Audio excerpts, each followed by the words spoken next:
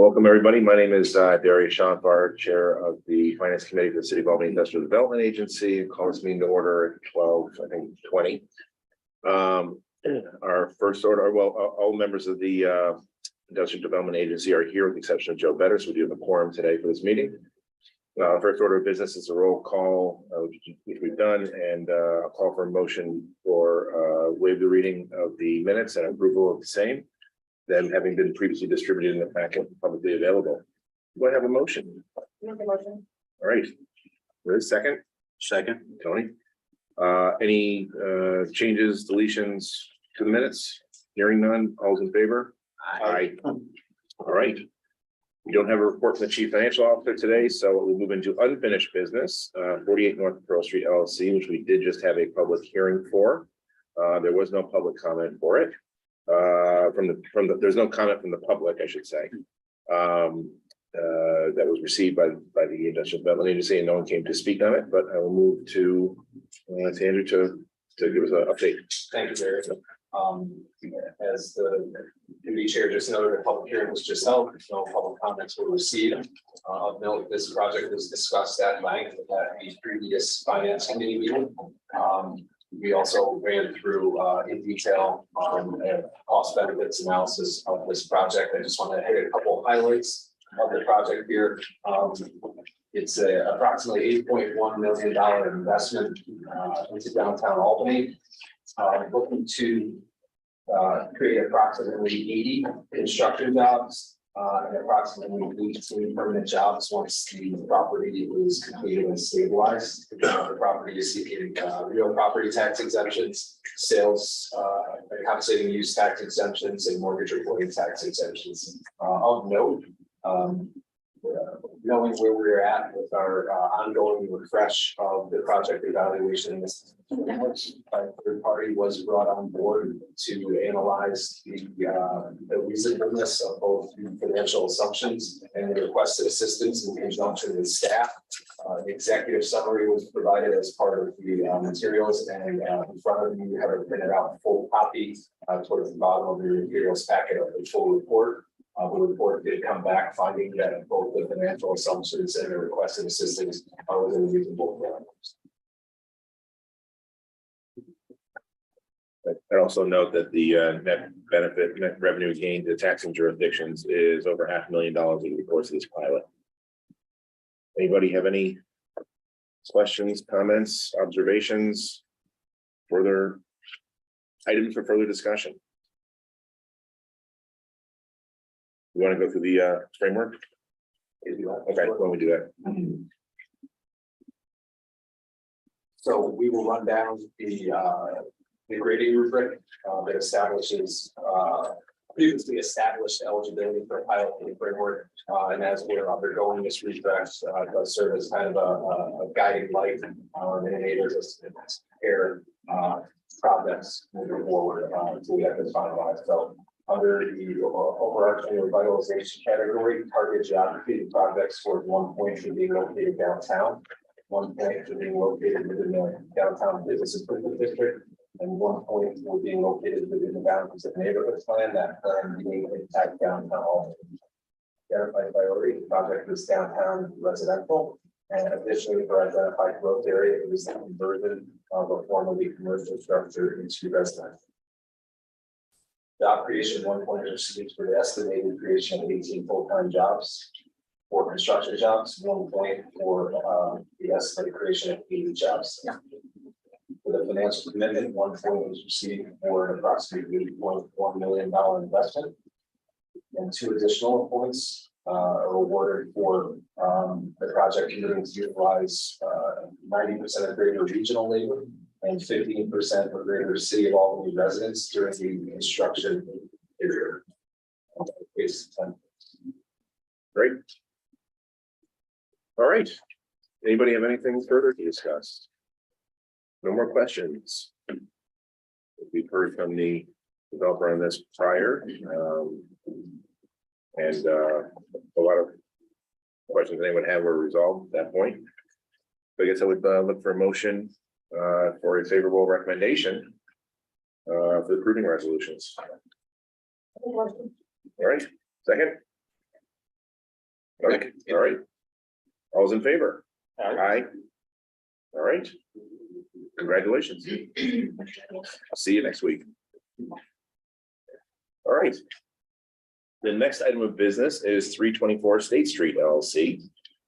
This is a project that is going to take over I believe St. Rose's Arts Building on State Street, which will, should everything go through, would put a property back on the tax rolls, even with the pilot, which is something that is near and dear to my heart.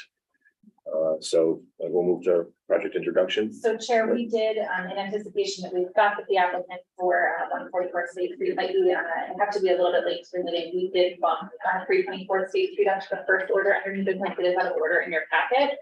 We can take either at your pleasure at this point. Whichever one you think we should move into. It's 340, it's 340, yeah, it's 324 here. Yeah. They're very good. They're better than I am. Everybody's here that will be speaking and representative. I'm sure. We're calling today. So let's do 324. Okay. Perfect. Lay it on us. Thank you. We're looking at this project for the first time. We're introducing a potential project that involves the redevelopment of an existing approximately 40,000 square foot commercial building into approximately 29 market rate apartments. This property was formerly owned or is in the process of being sold, formerly owned by St. Rose. It's located in the 7 square neighborhood between Dove and March Street on State Street.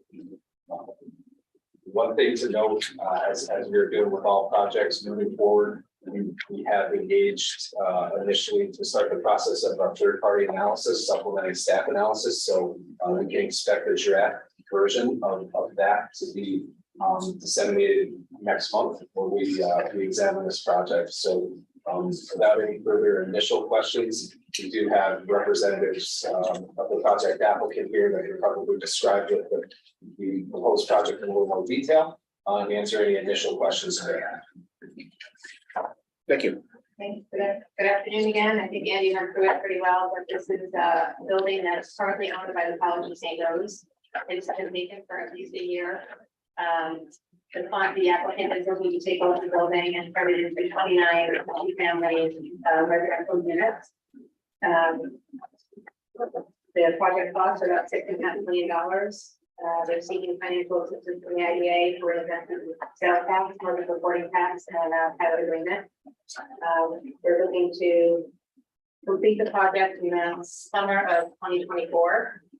We're on the planning board agenda for the August 1st meeting and hoping that that would be the one and only meeting that we could be for the approval.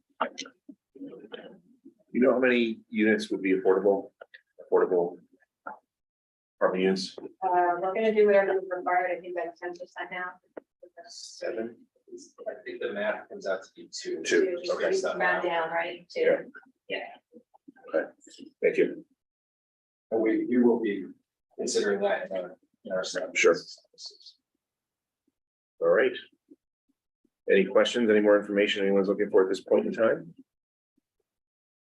All right. Well, thank you for coming in.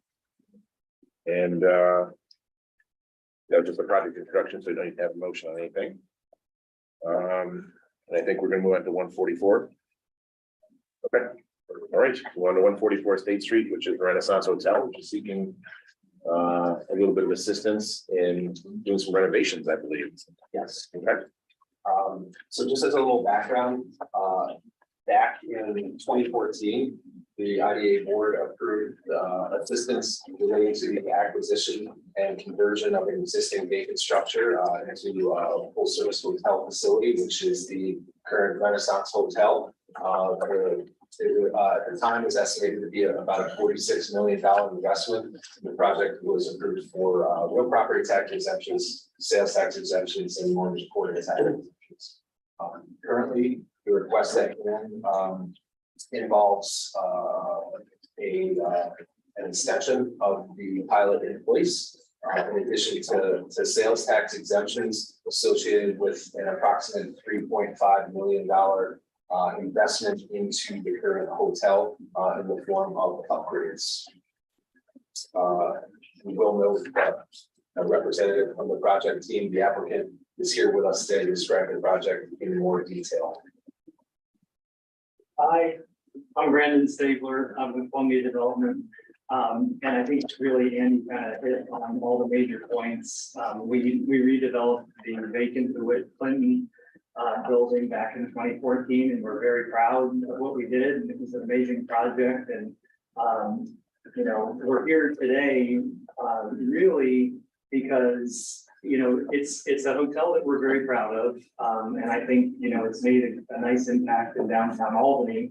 But this was our first foray into full service hotels, and so maybe we over anticipated the success of the hotel in general. But really, COVID was horrible. It was horrible for everybody, and I'm sure you've all heard all the stories. But kind of one thing that I just wanted to mention is that during COVID, we have pilot payments ramping up every year. And then, COVID hits and revenue comes down by a lot. And so I don't want to get into too much right now unless you want me to, but really what we want to do, we want to spend about $300 million because it's time for the hotel to be refreshed a little bit. There are some things that we need to do, some larger maintenance items and some refreshes to guest rooms and public spaces, etc. So, we're here to ask for a little bit of assistance in doing that.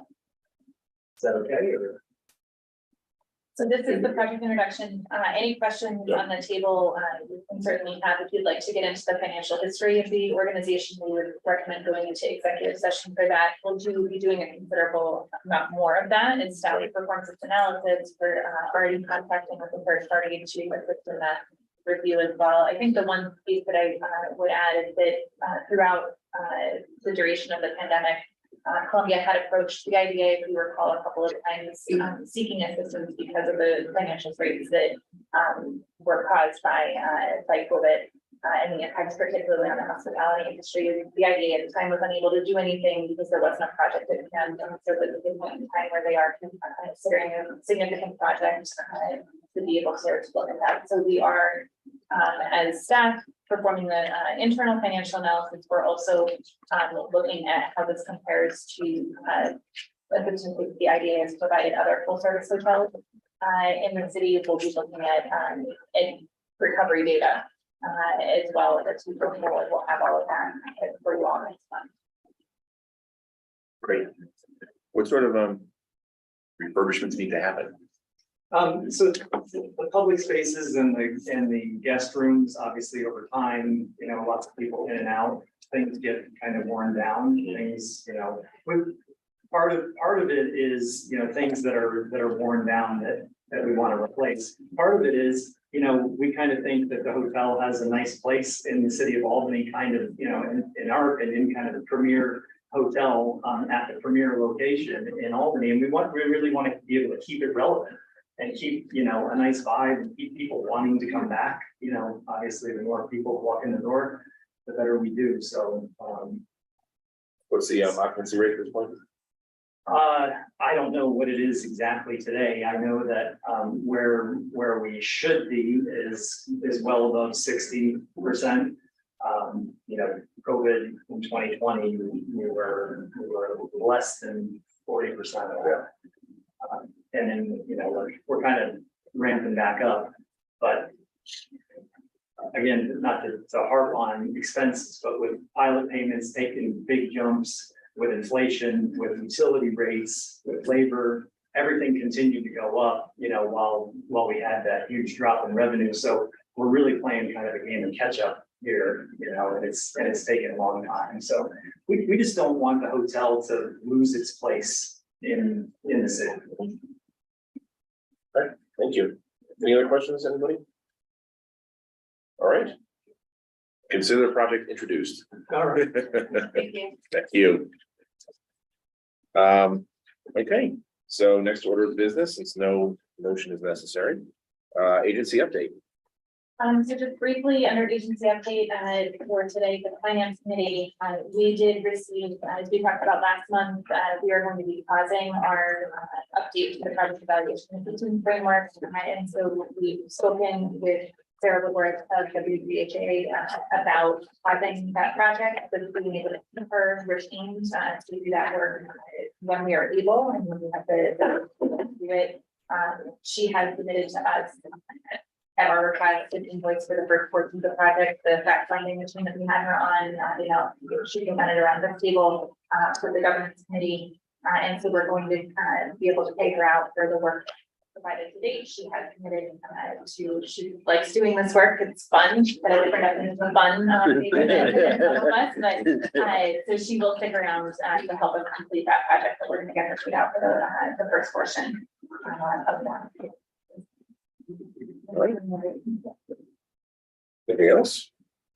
Compliance update, for that, we'll go into this in a little bit more detail next week. But we have received the final questions from the Office of the State Comptroller on our Paris report for last year. We closed those out and we did a great job of wrapping that up. Paris was updated as of yesterday. And so we should be all set with that and are able now that that's closed out and get started on that kind of control reports that we do manage. I don't know if that updated annual report posted to the website. Minor pages, further notice, but it is up there. For anyone who wants to take it from there. When are we scheduled to go in front of the council? We're not scheduled yet. We typically provide the report, Weaver report to them about September. Yeah, be happy to join. All right. Does anyone want to stay in this meeting? Then I would call for a motion to adjourn. So move it. Let's second. All right, all's in favor? Aye. We stand adjourned. Thank you. All right.